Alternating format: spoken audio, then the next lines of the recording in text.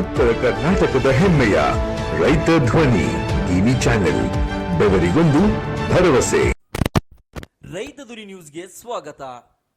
ಶಿಗ್ಗಾಂವಿ ಪಟ್ಟಣದ doctor B R. Ambedkar ಸರ್ಕಾರಿ ಕಟ್ಟಡಗಳ ಸಂಕೀರ್ಣಗಳ ಮುಂಭಾಗದಲ್ಲಿ ಇಂದು ನ್ಯಾಯವಾದಿ ಬಸವರಾಜ್ ಜಕ್ಕನಗಟ್ಟಿ ಹಾಗೂ ಮುಖಂಡರು ಪ್ರತಿಭಟನೆ ನಡೆಸಿ ಮಾಜಿ ಪ್ರಧಾನಿ ಮನಮೋಹನ್ ಸಿಂಗ್ ಅವರ ನಿಧನದಿಂದ ಇಂದು ದೇಶವೇ ಶೋಕಾಚರಣೆ ಆಚರಿಸುತ್ತಿದೆ. ಆದರೆ ಇಲ್ಲಿನ ಅಧಿಕಾರಿಗಳು ಡಾಕ್ಟರ್ ಬಿ.ಆರ್. ಅಂಬೇಡ್ಕರ್ ಸರ್ಕಾರಿ ಕಟ್ಟಡಗಳ ಸಂಕೀರ್ಣ ರಾಷ್ಟ್ರಧ್ವಜವನ್ನು ಹಾರಿಸದೆ ಮಾಜಿ ಪ್ರಧಾನಿ ಮನಮೋಹನ್ ಸಿಂಗ್ ಅಗೌರವ ಸೂಚಿಸಿದ್ದಾರೆ. ಆದ್ದರಿಂದ ಸಂಬಂಧಿಸಿದ ಅಧಿಕಾರಿಗಳನ್ನ ಡಿಸಿಯವರು ಕೂಡಲೇ ಅಮಾನತು ಮಾಡಬೇಕೆಂದು ಆಗ್ರಹಿಸಿದ್ದಾರೆ. ಈ ಸಂದರ್ಭದಲ್ಲಿ ಮುಖಂಡರಾದ ಅಶೋಕ್ ಕಾಳೆ, ಗುಡ್ಡಪ್ಪ ಜಲ್ಜಿ, ಗದಿಗಪ್ಪ ಬಳ್ಳಾರಿ, ಬಸವರಾಜ್ ಕಟ್ಟಿಮನಿ ಸೇರಿದಂತೆ ಇತರರು ಇದ್ದರು.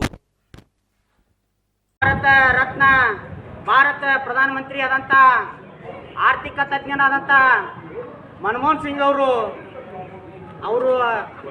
ತೀರಿ ಹೋದ ದಿವಸವಾಗಿ ಇಡೀ ಕರ್ನಾಟಕ ಅಲ್ಲ, ಇಡೀ ಪ್ರಪಂಚ ಇವತ್ತು ನಾವು ಅವ್ರನ್ನ ನೆನಪು ಮಾಡ್ಕೋಬೇಕೈತಿ. ಅಂಥ ಕ್ಷಣದೊಳಗೆ ನಮ್ಮ ಸಿದ್ದರಾಮಯ್ಯ ಅವರು, ಡಿ ಕೆ ಶಿವಕುಮಾರ್ ಬೆಳಗಾವಿ ಅಧಿವೇಶನವನ್ನು ಬಂದ್ ಮಾಡ್ಯಾವತ್ತ.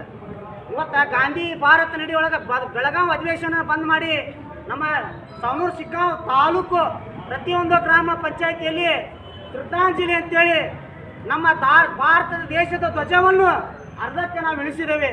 ಆದರೆ ಸಾವಿರಾರು, 2,000, 3,000 ಕೋಟಿ ರೂಪಾಯಿ ಖರ್ಚು ಮಾಡಿ ಅಂಬೇಡ್ಕರ್ ಭವನವನ್ನು ನಿರ್ಮಾಣ ಮಾಡಿದ್ದಾರೆ. ಆ ಅಂಬೇಡ್ಕರ್ ಭವನ ನಿರ್ಮಾಣ ಮಾಡಿದ್ರು ಇವತ್ತಿನ ಈ ಅಧಿಕಾರಿಗಳ ನಿರ್ಲಕ್ಷ್ಯ, ಘೋರ ನಿರ್ಲಕ್ಷ್ಯ.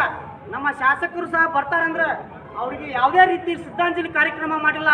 ಇದು ನಮ್ಗೆ ಭಾಳ ಮನಸ್ಸಿಗೆ ಬೇಜಾರಾಗೈತಿ. ಎಲ್ಲ ವಿವಿಧ ಸಂಘಟನೆಗಳು, ಕಾಂಗ್ರೆಸ್ ಪಕ್ಷದಿಂದ ನಾನು ಭಾಳ ಖಂಡಾಖಂಡಿತವಾಗಿ ಹೇಳ್ತಾ ಇದ್ದೇನೆ, ಅಧಿಕಾರಿಗಳು ಈ ರೀತಿ ಮಾಡುವುದು ಜನಗೌರವ ಅಪರಾಧ.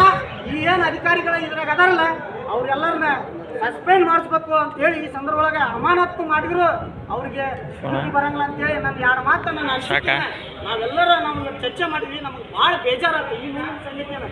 ಯಾಕಂದ್ರೆ ಒಬ್ಬ ಪ್ರಧಾನಮಂತ್ರಿ 2 ಸಲ ಪ್ರಧಾನಮಂತ್ರಿ ಆದವರಿಗೆ ನೇರವಾಗಿ ಅವಮಾನ ಮಾಡಿದ್ದಾರೆ. ಅದಕ್ಕೆ ಅವ್ರ ಮೇಲೆ ಕ್ರಮ ತಗೋಬೇಕಂತೇಳಿ ಡೈರೆಕ್ಟ್ ನಾನು ಸಿದ್ದರಾಮಯ್ಯ ಅವರು ಮತ್ತು ಡಿ ಕೆ ಶಿವಕುಮಾರ್ ಇನ್ನೊಂದು ಜನ ಮಾಡ್ಕೊಂಡು ನಾನು 2 ಮಾತನ್ನು ಮುಗಿಸ್ತಾ ಇದ್ದೇನೆ. ಜೈ ಹಿಂದ್, ಜೈ ಕರ್ನಾಟಕ.